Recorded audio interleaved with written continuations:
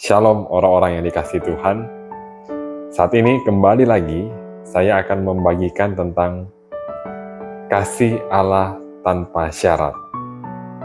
Kemarin saya sudah membagikan tentang apa yang membuat kasih Allah tanpa syarat dengan beberapa definisi.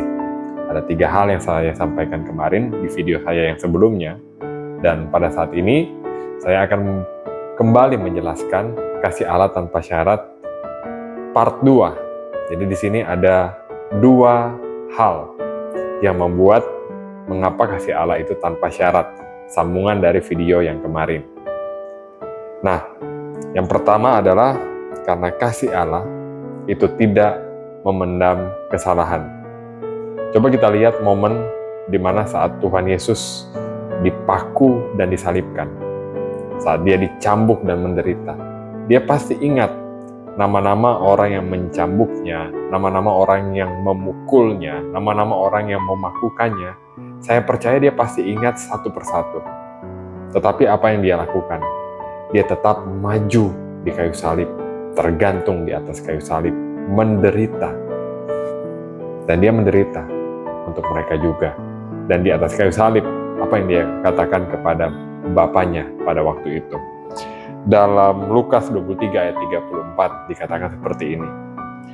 Bapa, ampunilah mereka, karena mereka tidak tahu apa yang mereka perbuat. Bayangkan, Yesus mengampuni orang-orang yang telah menyiksanya, menghukumnya, dan memakukannya di atas kayu salib. Ini tidak masuk di akal, ini mungkin tidak adil, tapi itulah kasih. Itu sangat tanpa syarat. Kira-kira menurut Anda, apakah para pemukul Yesus, orang-orang yang menyiksa Yesus, apakah mereka memenuhi syarat menerima pengampunan Tuhan? Itu tidak. Mereka tidak memenuhi syarat sebenarnya, kalau menurut definisi dunia. Tetapi definisi kasih Allah berbeda. Dia tetap mengasihi mereka. Dan bahkan dia mau mati di atas kayu salib untuk menebus dosa-dosa mereka. Bahkan keluar dari mulutnya sendiri bahwa dia mengampuni mereka. Dalam Ibrani 8 ayat 12 dikatakan seperti ini. Sebab aku akan menaruh belas kasihan terhadap kesalahan mereka dan tidak lagi mengingat dosa-dosa mereka. Tuhan tidak lagi mengingat dosa-dosa kita. Saat dia tergantung di atas kayu salib, dia tidak lagi mengingat dosa-dosa kita. Dia sudah melupakan semua kesalahan kita. Dan dia memutuskan untuk tidak lagi mengingat dosa-dosa kita. Bahkan di Ibrani sampai 2 kali dikatakan seperti itu. Dalam Ibrani 10 ayat 17 dikatakan, dan aku tidak lagi mengingat dosa-dosa dan kesalahan mereka. Saat Yesus terpaku di atas kayu salib, dia tidak lagi mengingat dosa-dosa dan kesalahan kita. Itu berbeda dengan sifat manusia yang selalu mengingat dosa. Tapi Tuhan berbeda. Dia tidak lagi mengingat dosa-dosa kita. Hutang kita sudah dibayar lunas dan dia tidak lagi mengingatnya. Karena hukuman yang layak kita tanggung, Yesus telah tanggung di atas kayu salib. Sehingga hari ini dia memutuskan untuk tidak mengingat dosa-dosa kita. Jadi ingat, mengapa kasih Allah tanpa syarat? Yang pertama, karena dia tidak mengingat dosa-dosa kita. Dia tidak memendam kesalahan kita. Yang kedua, karena kasih Allah tidak pernah gagal. Karena kasih Allah tidak berkesudahan.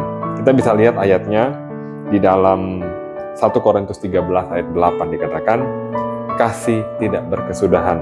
Dalam versi King James Version dikatakan, charity never fail. Artinya kasih tidak pernah gagal. Artinya seperti ini. Sekali Tuhan mengasihi Anda, dia tetap akan mengasihi Anda. Kalau di perusahaan kita mengenal SP1, SP2, dan SP3. Artinya, jika kita melakukan kesalahan sampai 3 kali, kita pasti akan dipecat. Tetapi, coba kita perhatikan hubungan kita dengan Tuhan. Sudah berapa kali kita melakukan kesalahan? Bukan cuma 1 kali, bukan cuma 2 kali, bukan cuma 3 kali, mungkin lebih daripada itu. Ada mungkin yang sudah ratusan kali, bahkan ribuan kali. dia melakukan kesalahan. Tapi pertanyaannya adalah, apakah kita pernah dipecat menjadi anak Allah? Jawabannya tidak pernah. Dia tetap menganggap kita anak, karena kasih-Nya tidak pernah berakhir. Kasih-Nya tidak pernah berkesudahan. Anda tetap dikasihinya. Seberapapun banyaknya kesalahan Anda, kasih-Nya tidak akan pernah beranjak dari Anda. Kasih-Nya kekal bagi Anda.